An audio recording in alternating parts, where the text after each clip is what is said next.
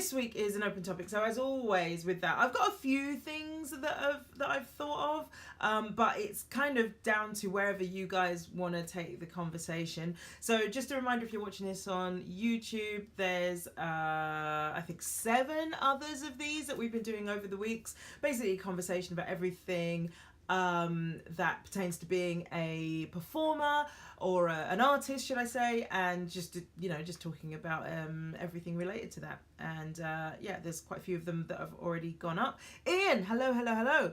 Andrew says there's certainly more structure when you can prepare. Yeah, absolutely. Yeah. Otherwise, I'm just kind of riffing it with you guys. Paulina Masternak, hello, welcome. So I don't think I've seen your name on here before, so just to let you know that this is like a creativity live chat, and it's a conversation just about everything related to being a creative, whether you're doing it professionally or just as a hobby.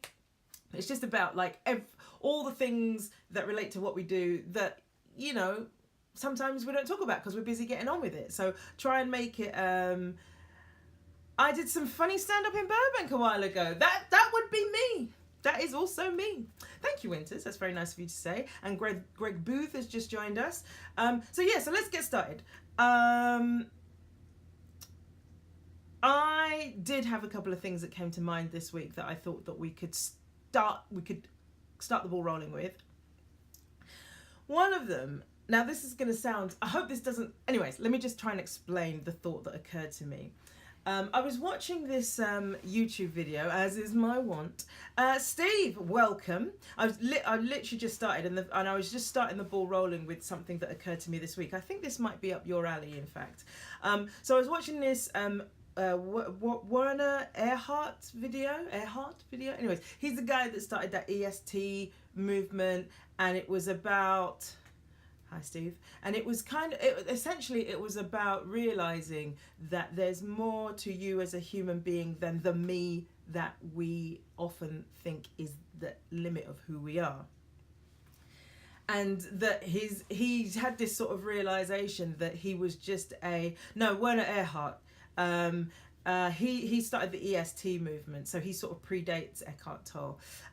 But he realized that basically human beings are just these thinking, feeling, emoting machines, and that once you sort of realize that that's what we are, weirdly you can exist outside of that, and you get a lot of freedom from knowing that actually the me that I think I am is like this fiction that the thinking, feeling, emoting me has created. Does that make sense, what I've just said? The lady Ellen B just joined. Hello, welcome. Because it was, now that I'm trying to explain it, it's quite a sort of complicated idea, especially as, you know, hi Mike Perrin, especially as most people day to day aren't thinking I is something that I've constructed. You know, we don't think of ourselves as something that's nebulous and has been constructed. We think of ourselves as a real thing, as me over here and you over there. Steve, so Buddha said it first. Yes, no doubt. But that I was just talking about Werner Erhard because that was the video that I was watching. And the reason I bring it up is not because of that particular insight, but it really made me realize how that the who that we are, the person that we are or whatever, we set this limit on what is possible, of what we're capable of, who people are in our lives, what the world is, what it means to us, how we relate to that world. And we've kind of made it all up. We've made it up, obviously, based on previous experiences and getting burned or having an amazing experience or whatever. But we've kind of constructed this belief about everything in terms of how we relate to the world and how we relate to ourselves and how we relate to others. And I realized that actually when people say, you know, you're capable of anything, you know, anything's possible, blah blah blah, I always sort of took that to be sort of just positive thinking, self-helpy, personal development sort of mantra that people you know, would keep pushing out. But actually, if you think about it, if you subscribe to this idea that we have just made up the whole boundaries of our whole existence, then if they are made up, then anything is possible. And you are capable of anything because you made up the limitations that you've been living within anyway. Discuss. So that was my first thought to share this week. That something that came up, because I think particularly how it relates. Hey, Will. I think how it relates to artists is that we put limitations on ourselves, or we tell ourselves that the world works a particular way, and that's why we're not getting what we're. That's not why we're getting what we feel we deserve. Hey, Will. Thanks, Winter. So Steve says, yes, the trick is breaking the conditioned thinking we live by, which is massively, massively different. Because even like, you know, so this landmark thing that I did a couple of weeks ago. Yeah, right. Judith, hello. Hello, hello, hello. So even with that landmark thing, they will have created some breakthroughs for people. And there was a lot of love in the room by the end of the program. People, you know, reconciling with old family and, you know, realizing that they're capable of anything. Da, da, da. But the difficulty with it, and this is why you can't just go, no, you just got to break out of your patterns, is that there's so much, there's this weight of agreement that, you know, that you are who you've been pretending to be, or putting yourself out into the world as being, and the world is what it is. You know what I mean? Like people around you are in agreement to keep you in the place that you were, regardless of whether you have decided you want to break out or have had a breakthrough or whatever out of it or not. And the example I was used, Lydia Rickards, welcome. The example I was used is like if you're trying to give up smoking, if you're going on a diet or something, and guaranteed someone will be like, well, we're having pizza. Do you want pizza? They won't go, oh no, you're on a diet, aren't you? Let me see what salad options there are. Or let's get, you know, something a little bit healthier. They will try and fuck you up, basically. Or when you stop smoking, it's like, give people offering you cigarettes. Oh, go on, it's only one. Like they're not doing it consciously to be a dick, but they are there. But it just gives you an example of the weight of agreement there is to keep things as they were. So it's really difficult to break out of that conditioned thinking that you're talking about, Steve, because and it's years old. It's as old as you, but the construct, the mechanism that creates it is as old as human beings. Landmark, Steve says, landmark basically give people permission to dismiss the story they live by. Yeah, I don't know if dismiss, I mean, I can't speak to much about Landmark. I've only done 2 of their programs, but I would say recontextualize.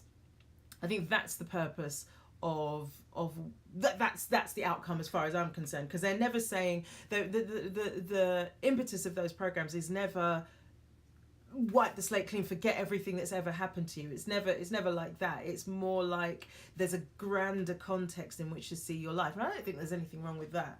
That's always going to be a good thing. No, not reimagining yourself either, because it's not pretending to be something you're not. Although they do talk about you can be the author of your life. But I think how I take that is more, rather than being governed by the story that of your life that you told yourself that may be limiting to you, you can now author a life that's as magnificent as you want it to be. So I think that's different from reimagining. Reimagining might be part of it, but I think the fundamental, like, foundation of it is, you know, you're no longer entangled in these stories, and they call them rackets, i.e., these victim ideas that you've got about your life and your situation and all the rest of it. You're no longer tethered to them. You can break free of them and, like, create something more whole and empowering for your life, if that makes sense. Max Samarco.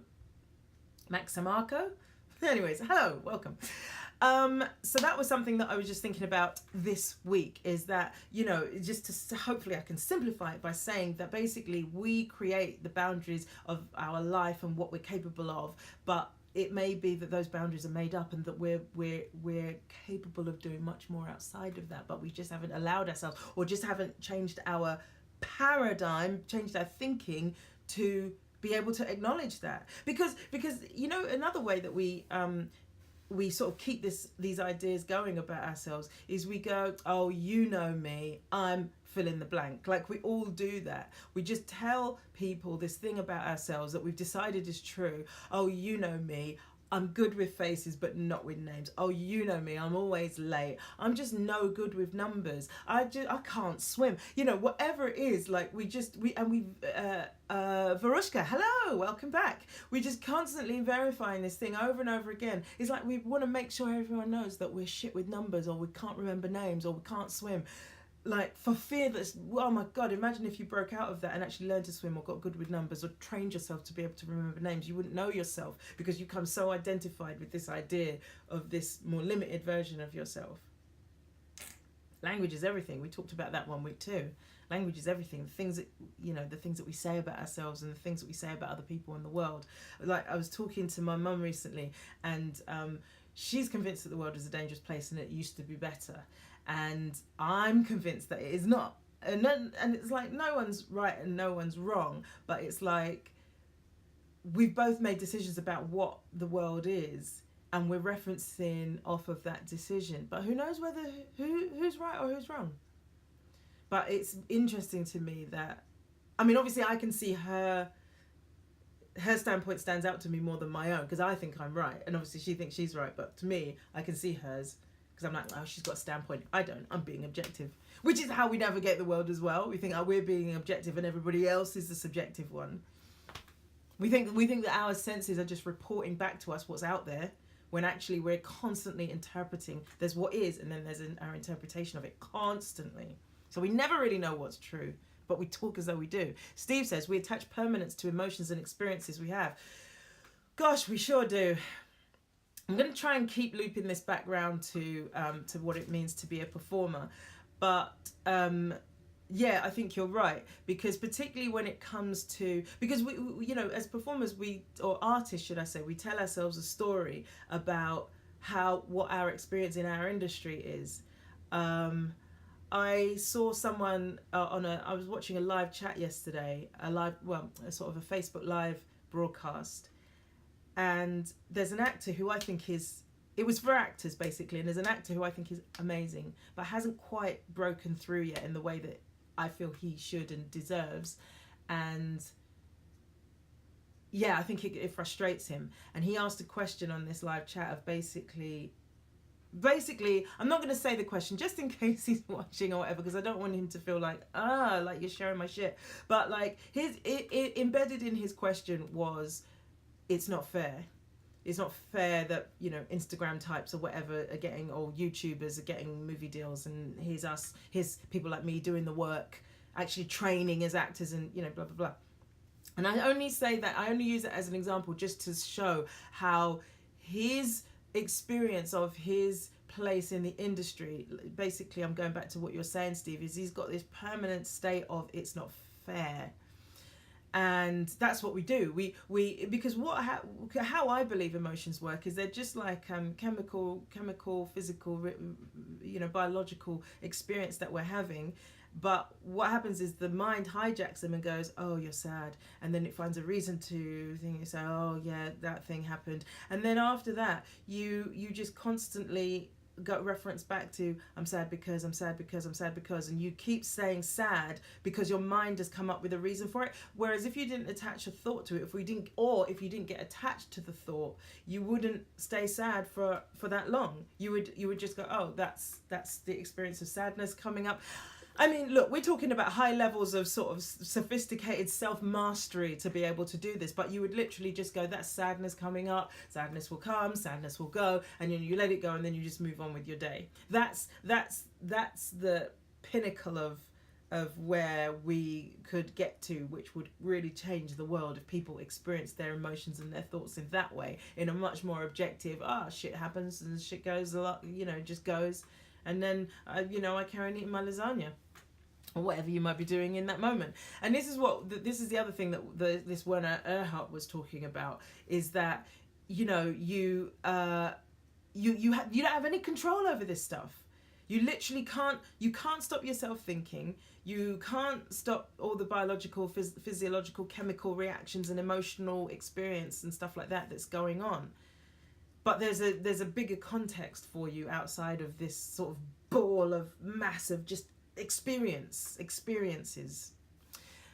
Steve says, looping it back, there is a video out there how Jim Carrey has struggled to break away from the Kaufman persona after Man in the Moon. Yeah, I think that's on Netflix. Is that the one you're talking about, where the video of him basically talking about how he just stayed in character the whole time? And yeah, I mean, in a way, maybe that is an example. That is a way of showing how difficult it is to break out of the sort of self-authored personalities that we create for yourself. And that was essentially him authoring another personality. It happened to be a role, a film acting role, but look how difficult, I'm guessing from the video, that it would have been for him to break out of it. So good example.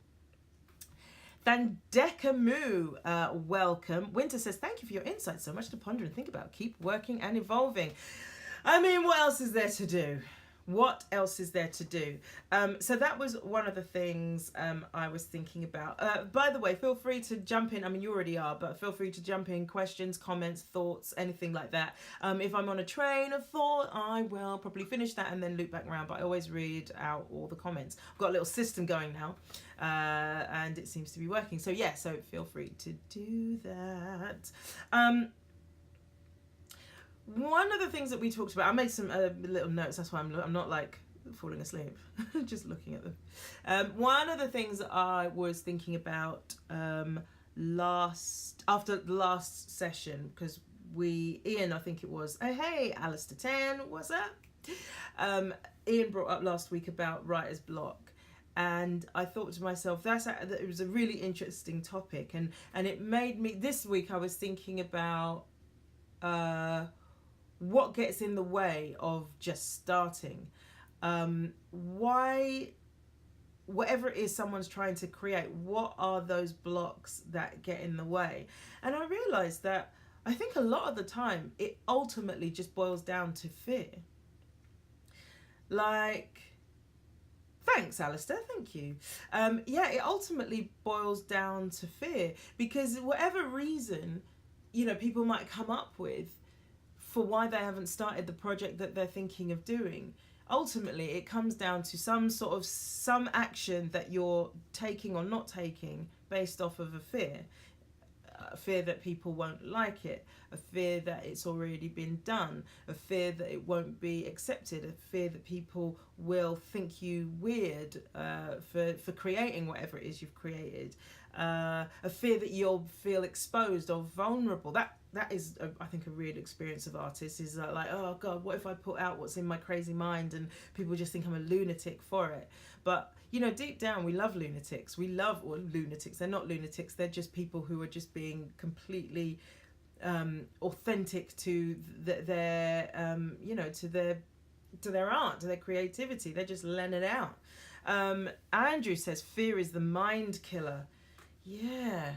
I mean, yeah, in a way it is. It's certainly creative, it can be a killer of creativity. But it depends. Lovely's94, welcome. It really depends, because some people, okay, I can't speak for everybody, but I know certainly from my own experience, sometimes fear has been really useful in the sense of like a motivator. So I think there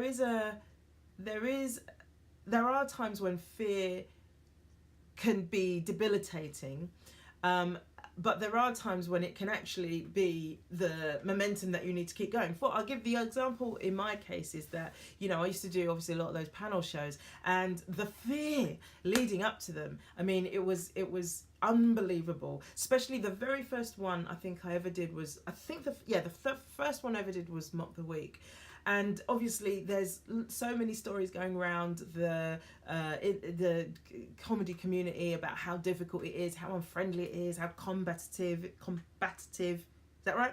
It is. So I was just like, this is going to be my nightmare. And literally I'd be just going about my business, and they booked me like 4 months in advance, I think it was. So I'd be going about my business, happy, and then suddenly like, oh my God, I'm doing what the week in 4 months time. So that fear was, what happened with me was that fear motivated me to make sure that I was as prepared for that thing as I possibly could be. And so I went to recordings of it, you know, obviously was watching it on TV, writing my jokes, like trying to think what might come up, you know, weeks in advance. So trying to write in anticipation of being on this, you know, so I did everything I could to make sure that I was prepared. And that was driven by fear. Fear that I'll fuck up on the day, fear of being exposed as not funny, and, you know, being a woman and being a black woman as well, you know, you just feel like, oh, that'll be the reason so fear can be a motivator. I'm not saying necessarily it's good, but it can be a motivator for, you know, for a creative. The other thing with fear as well, especially people who have found themselves stopped because of fear, is that sometimes people think that they should wait until the fear goes, and then they'll be able to start and do the thing that they're meant to do. And I think it's Viola Davis that said, basically, jump afraid. You can't, because I realised that for myself, but I really believe it. It's just like, if you wait until you're not experiencing any fear, you'll be an old man or an old woman. You know, you will not. Fear is a component of the human experience, but it's like skin or eyes, you know, or hair. You know, it's just one of those things that's just there. You can't, if you wait until the fear is subsided, then nothing's going to happen. Hang on, a few people have just jumped on. He who controls the minds controls the spice. The minds? Do you mean the minds or the minds, Steve? Anyway, Jared Pritchard, hello. Alistair 10 says, I'm not crazy. Am I crazy? No, shush, it's okay. Dagenham and Proud has joined. Hello. And Alistair says hello. And WVL, I'm not very good at reading all the names, but hello, person that just joined. And VLD. Let's see if there's a of things and stuff, it says on your profile. Okay.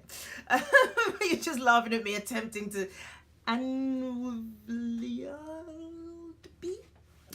anyway, so fear. So my bottom line on fear is you just got to jump afraid. Wax Pusher Andrew says, do you think the fear comes from self-doubt? Do you think that, I don't know why I'm doing that voice for you, Andrew. Do you think there's a way past it other than just pushing through? Sorry, this jumper's really hot. It's like my favourite jumper, but just, you know, when you've got a jumper that's just like makes you feel like you're in an oven. Anyways, yes, Andrew, I've got a good answer for you. I can feel there's a good answer coming. Wait, let me see if I can formulate it. Yes, there is another way around it. Well, first of all, let me address the first bit. I don't know if it's self-doubt. I mean, probably a little bit. Probably there's lots of reasons why fear comes up. But self-doubt, see, look, this is a difficult one to answer actually, because the place to start with answering this question is quite esoteric, but I'm going to say it anyways, and it's kind of what we've been talking about anyways, is that what happens in the mind is made up. You can't trust what you think. And the mind's purpose, not the brain, but the mind's purpose is to keep you safe. It is a safety mechanism. It came from, or parts of it anyways, and the parts that usually are quite vocal, it came from dealing with actual tangible fears like saber-toothed tigers, but we don't have saber-toothed tigers anymore. So what we do instead is that mechanism never got dismantled. So instead of responding to a saber-toothed tiger with fear, now we respond to social awkwardness or social embarrassment. Because you notice that people say that like, for example, speaking in front of people is like the worst thing in the world. They are having the same physiological response as if they were being attacked, physically attacked. So fear is made up in the mind. It's a physiological, biological, chemical, emotional response to a threat.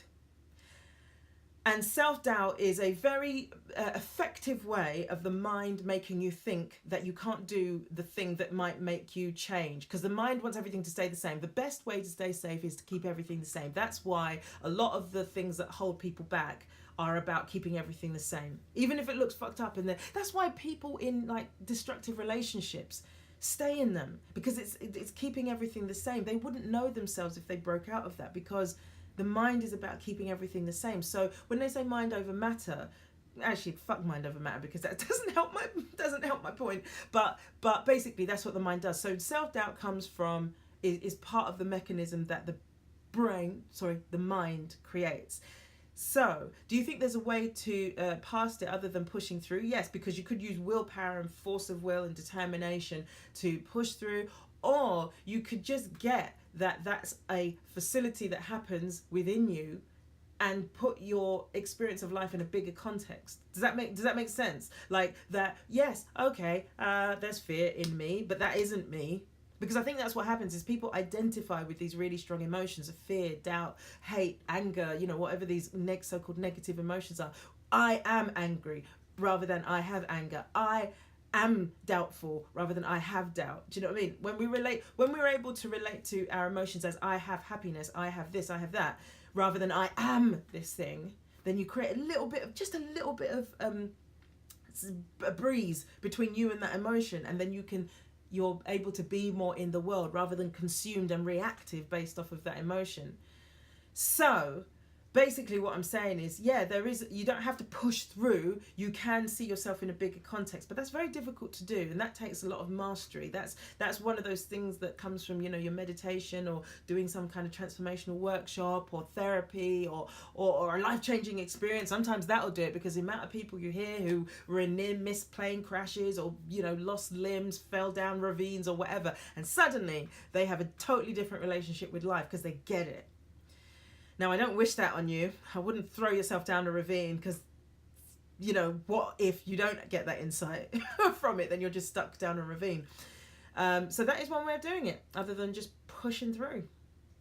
And also, sometimes there is that fake it till you make it thing. Like, if you just act like you're not fearful, then when you push through, you might find yourself standing on new ground, because you've transformed yourself by pushing through to the other side. And you may find yourself not experiencing fear because you push through the fear.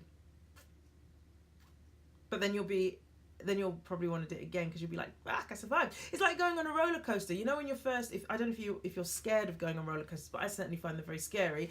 But once you've come off the other side, you're like, again. Well, I think that's what pushing through fear is like you're going to be like, and not just again. You're actually like, the bigger one, let's go on the bigger one. Because once you have mastered pushing through, you're probably going to want to do it again and again and again, because you've seen what's possible. You're like, wow, if I can do that one, I can definitely do the bigger one.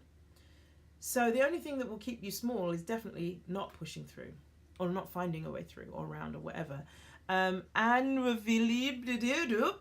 I know that you're just messing with me with that name, but anyway, she said, hello, love you, yay, cool. Steve says, it was me and Andy passing notes in class. Yeah, I saw that. Mickey KC has just joined. Hello, wonderful to see you here and back. Lovely's94 says, completely agree. It's how you allow the fear to manifest and be shaped. I think fear has huge societal factors, which we are born into. By the way, love you too. You're right, Lovely's94. I mean, we've just accepted that fear is a constituent part of life. Because right, okay, this is a really good point. You've just made a really good point. We're all in agreement that fear is a constituent part of life, and also that it's a very good reason, it's a legitimate reason not to do something. So if someone just went, I was scared, like people go, yeah, no, I understand. Rather than, fuck that, you should just go anyway, jump afraid, whatever. The agreement in society is not that we jump afraid. The agreement is like, yeah, fair enough, you were scared. And which is fine, but I'm just like making the observation that that's currently where we're at. The other thing that you're saying, societal, I don't know if you're saying, if this is what you meant, but this is what I took from what you meant, is that we don't just have personal fear, we have collective fear, which is even more powerful than just an individual's fear. So we have currently, you know, we have Islamophobia, we have homophobia, we have like misogyny and all the rest of it. Well, I don't know, is misogyny a fear of women? It's more of a hatred of women, isn't it? I don't know, men, is there such a thing as fear of women? Anywho's, yeah, so that there's that as well. So we've got certain societal fears, and then we've got national fears as well. I don't know what the national fears are. I don't know. Are we scared that we might break apart internally because of Brexit? I don't know. Or that we're not well protected against sort of external threat. I don't know. But we certainly have these sort of national fears. And then do we have global fears? I don't know. I don't know if global warming is like a fear that everybody shares. I don't think it is, because otherwise there wouldn't be islands of plastic floating in the Pacific. But what do I know? But do you know what I mean? Like, so on every, I mean, there's family fears as well. Every level of sort of grouping, there's probably collective fears, and it gets bigger and bigger and bigger and bigger. It's a good point, Lovely's94. Good point. Steve says, I love speaking in front of people, but I'm overwhelmed by self-doubt. So that sounds to me like you found a way around it. You found a way to push through the fear, because the doubt is still there. So the mind is still trying to do a number on you, but you're pushing through and getting the job done regardless of it. Maybe you're not breathing right, because they say that anxiety plus breath equals excitement. Dan 8 Laws just joined. Welcome. Wax Pusher. Andrew says, understanding of the thing lessens its impact as a threat. Absolutely. But who bothers to get to know something? How? I mean, because if we understood everything, we wouldn't be scared of anything. You know, I have a strong fear of bugs. I understand that they're small. I understand that most of them won't hurt me. I understand that probably what happened is it just flew in because there were air currents coming out of the window, and that's what attracted it into blah, blah, blah, blah, blah. Understanding. I think it's not understanding, actually, Andrew. I'm going to take that back. I think it's empathy.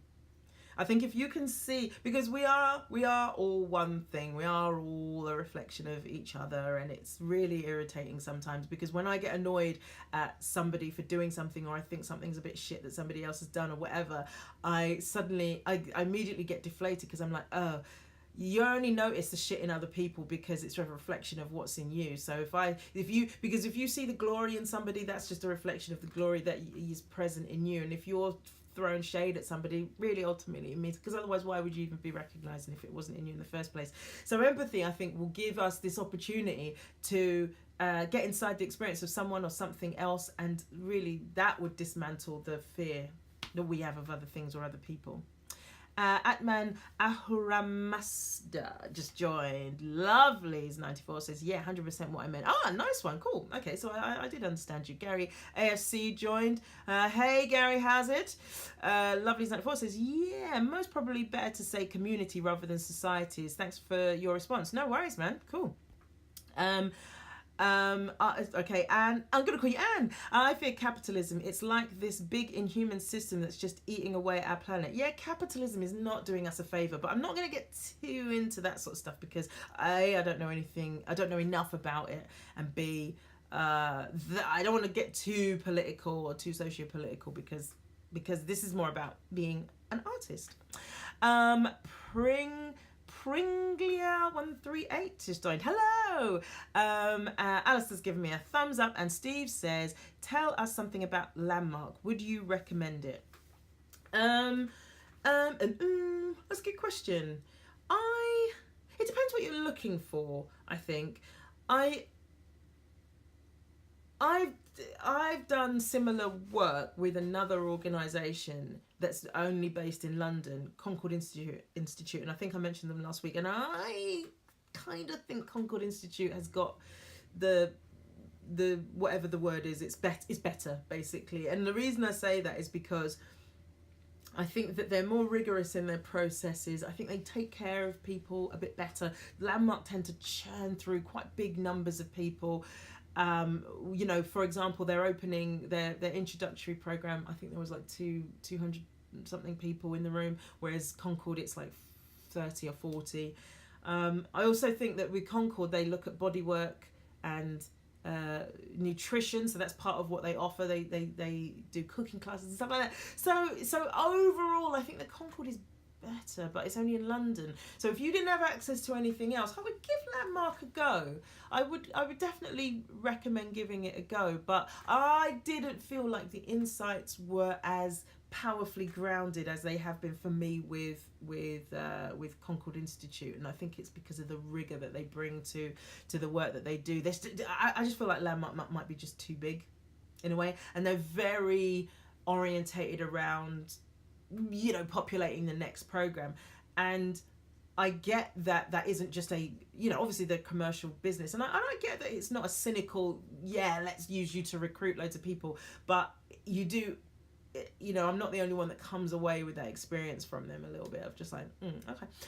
But in terms of the programs themselves, particularly the advanced course, which is the next one after the forum, which is their first one, I thought that was very powerful. That felt like a real, for me, I think because I've got a charming personality, which can, you know, it can be used in a way to avoid being truthful with myself or with others.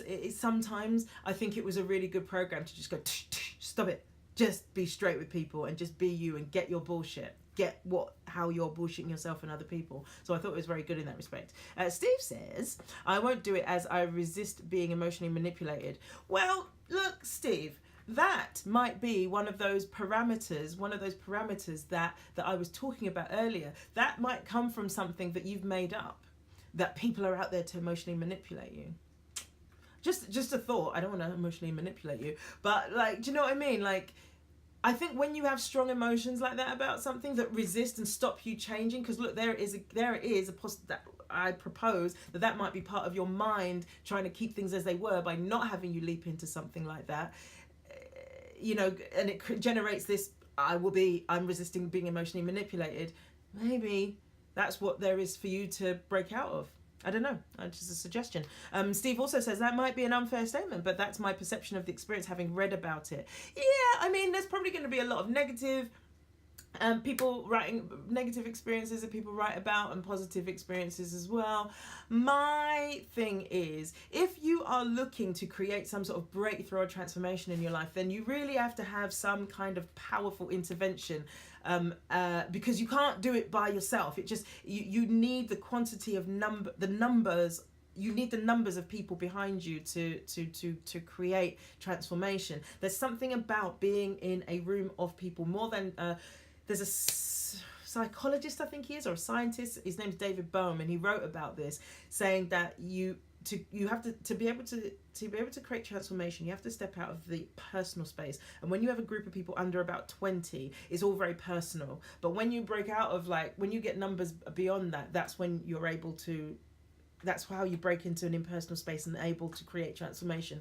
So I don't know why I'm saying that. Listen, you know, it might be something worth looking into. Maybe you and I should speak separately, because then I can give you my honest opinion of it as someone who's done it, rather than maybe what you've read. But then I guess maybe you have read other people's experiences, or I don't know. Quincy has joined. Hello, Quincy. Lucy says, how do you differentiate a lack of self-belief from knowing the limits of your ability? Ooh, interesting, Lucy. So, Lucy, how do you differentiate a lack of self-belief from knowing the limits of your ability? Okay, really brilliant question. A lack of self-belief is not a lack of anything. What has happened is, write this down, what has happened is there is a presence of something else that you don't need.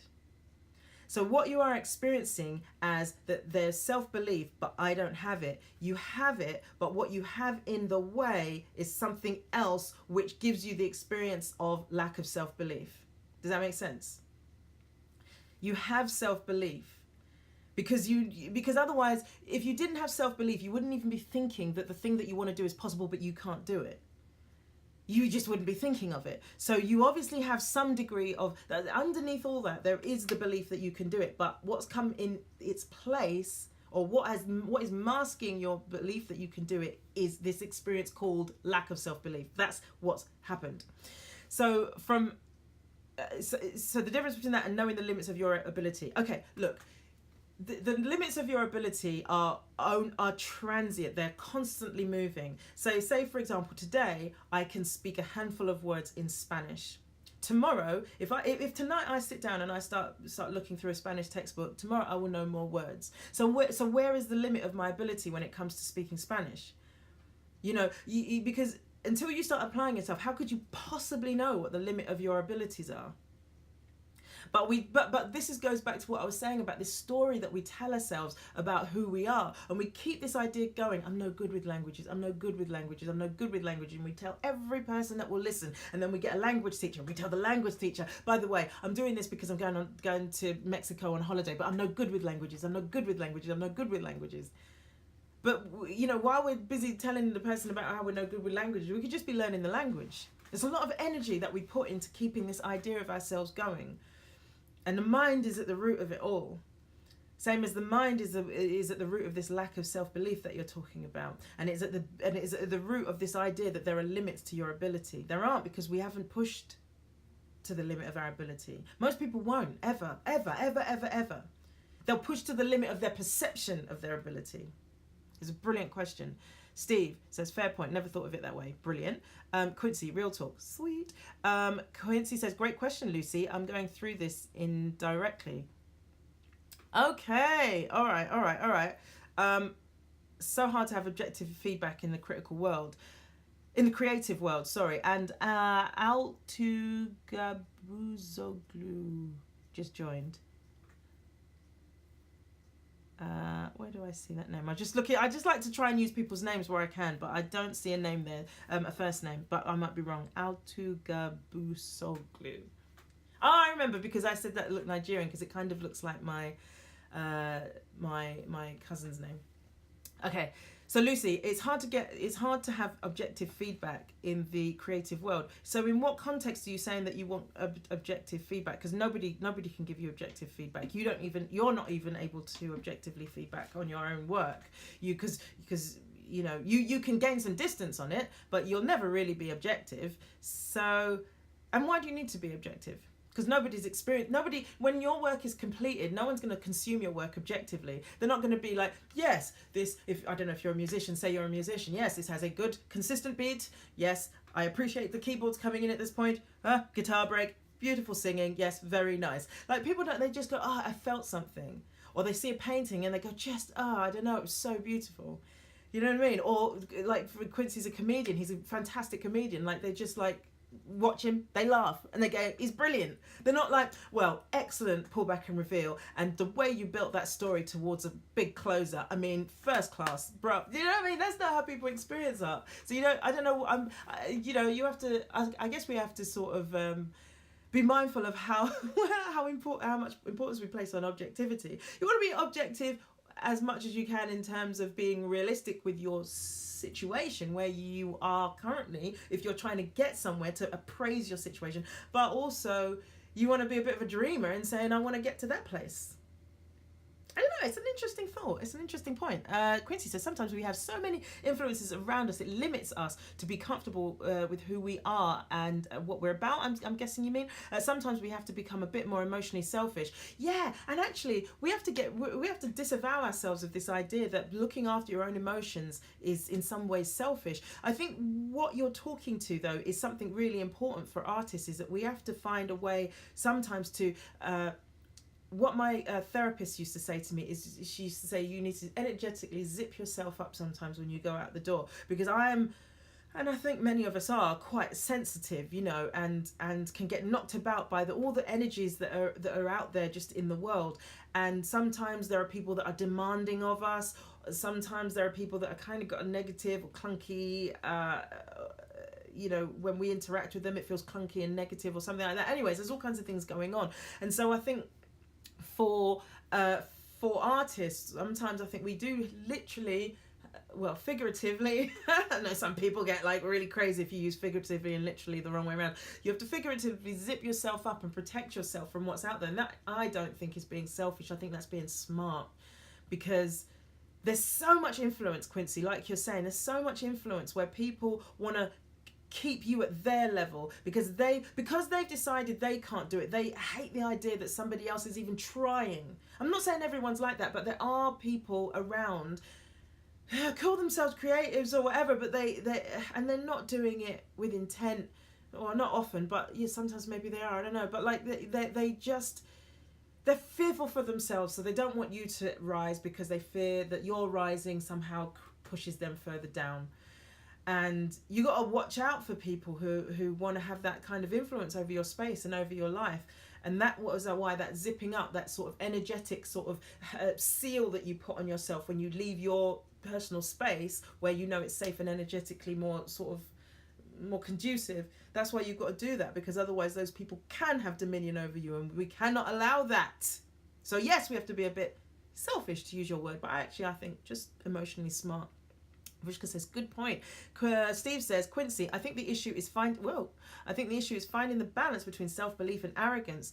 Oh, self-belief and arrogance. I don't think that they're even on the same menu, self-belief and arrogance. So arrogance is a fear, I think. I think arrogance is and also I'm going to say this as well, from my own experience personally, I get fearful of becoming arrogant if I get too much self-belief and start to believe in myself. And maybe they do relate to each other, but I feel like they're different things. It's almost like there's two different seesaws, and on one end of one seesaw is self-belief, but on the other end of another seesaw is arrogance. And but somehow they do tend to they can affect each other, but I don't know why they relate to each other, because the opposite end of self-belief should be self-doubt or something. I don't know. Steve, you've got me thinking. Let me think about that. Anne says, learning so much. This is really insightful. Thank you. You're welcome. Adam, SMN17. Great. I'm glad we found our momentum with this. It's really, really, really interesting questions, comments, conversation. Quincy says, yes, true, Steve, but self-believers are afraid to debate and knowing when to input with our delivery towards each other. Are you talking about when to make a contribution to somebody else, Quincy? Like when to tell somebody about themselves or something they're doing and blah, blah, blah, blah, that type of thing? Is that what you mean? Because if that's what you're referring to, yeah, that is a tricky thing. Yes, okay, yes. All right, I can speak to that. And I'm going to just speak to that, and then I think we'll wrap it up. But this has been a really amazing session. Wax Pusher says, Andrew says, I think you take yourself down if you were getting arrogant. You seem very self-aware. So good to converse with someone intelligent emotionally and mentally. Bless you, thank you. Take yourself a bit. Right, well, you never know, in the run of things. And also you never know how you occur. You might think you're just being self-confident or having self-belief, and someone's like, get her. So you never know, but yeah, you never know. But just to go back to Quincy's point, I think the key to making a contribution to somebody else is the first place to start is listening. Is like, will they hear you? Do they want your contribution? Is it going to get heard, and will it make a difference? I think you've got to start from that place, because I sometimes go through these phases where I'm just like, here's the thing, this is what you need to do. And actually, I've noticed, particularly recently, that it is really irritating when people, to me anyways, when people don't find out what's going on with me before they start pouring contribution into me. It's just like, hang on a minute, I've already done that. No, I have thought of, no, all right, thanks for, well, actually, you're wrong about that. Do you know what I mean? And so it gets really frustrating. So I think the place to always start is, does that person actually want your contribution? So I'm trying to train myself to go, do you mind if I say something? Or can I chip in with this, because I've had a bit of experience in this area. So just to be mindful of the person is living a whole other life where they might have a complete rationale for why they're doing what they've done, or why they're in the position that they're in. They might Oh, cool. All right, see, Quincy. Yeah, they might have like reasons for why they're doing what they're doing. So I think it's always good to just check in with them and just see, like, do you want this contribution, or is this gonna, you know? And yeah, the other important thing is as well. Sometimes when somebody's in something, they might actually not want advice. They might want just to be heard. And that is as big a contribution as trying to fix the problem. Unfortunately, I think that fixing is quite a male masculine, should I say, trait, which I have. So I'm not saying it's a men thing. I'm saying it's a male thing. It's a very male. I'll fix this. I'll come up with solutions, and then it'll be fixed. And the more feminine, not necessarily women, but the more feminine approach is just to hear somebody. And so we both have a little balance of both. It's not necessarily balance. We have a little bit of both energy in us. And I think for some people, it's just training yourself out of the masculine way of interacting with somebody who's got a problem. But it's a brilliant question. Quincy, who I think has had to go. Steve says, this was a good one, Andy. Thank you, Steve. Thank you for being here. And listen, guys, seriously, this is not possible without you guys being at the other end. So thank you for giving up an hour every Sunday, for people that have been here every Sunday, and just like being here with me to do this, because for me it's really exciting to be able to have this type of conversation with people. And I don't know if I said before, but I was thinking of doing it on Periscope, and I just thought, no, that would be a nightmare. Even though there would be more people necessarily, but like, yeah, it would be a nightmare, because it would be like 10 minutes of open boob, show me your ass. I love kittens, black bitch. So, you know, which is, I'm not even exaggerating as to that is the level of conversation on Periscope. Well, the last time I was there anyway. So thank you guys for not being that, for being here. David, oh, I'm just about to sign off, but so lovely to see you here. Open boob. Exactly, Lucy. So I'm thankful that you guys are not that. This, if you're just joining, is going to be on my live story for another 24 hours, and then it's going to be on the YouTube channel as always. Andrew says, yeah, I remember that shit in Periscope. Yeah, it was pretty shit. Anyways, but this is fantastic. So thank you guys for being here. So one other thing to just add is that I think, if you weren't there at the beginning, I was saying I think this is the next week's is going to be the last one for a little while, because this new job that I've started, we're going to be doing night shoots and stuff, and I just don't think I can really do service to you guys of, thank you, Anne, of like being here prepared and just knowing what to talk about. Luckily, you guys have just brought such amazing questions and conversation that it's been a breeze, like, to do these open topic ones. But I don't want to take the mick in and just make you the creators of this when I said I would do it. But yeah, exactly, Steve. End of series 1. But I might do a little survey on Instagram, on the story or something during the week, just to find out exactly where you guys stand with it and what you'd like to see going forward, because I've enjoyed it and I just want to give something that will be of value. So if the open topics work for you, then we can carry on doing that. But if not, if you prefer the more prepared ones,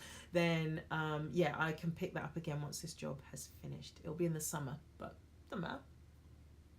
Just have to just watch the old ones or something. I don't know. We'll figure out. We'll find a way. I might do little, like, you know, shorter versions, shorter ones or something, like little 2-minute like shots of inspiration or something. Do I pick up DMs? Sometimes I do. It depends if they're weird or not. Not gonna lie, some of them are. That's it really, guys. Drop me a DM though, Steve. I'll look at yours. That is it. Thank you all for being here. It's been awesome. Have a wonderful rest of your Sunday evening. Have a fantastic week. And no worries, Lucy. It's been an absolute pleasure. And thank you for being here. Thank you, David. And I cannot wait to see your new show. I'm so excited. And it's brilliant to have you on the ground, by the way. Great to have you on the ground. All right, guys, I will see you very soon. Next week is the last one of these. It's going to be another open topic, no doubt. Make sure you're there, because it's going to be the last one. All right, talk to you soon.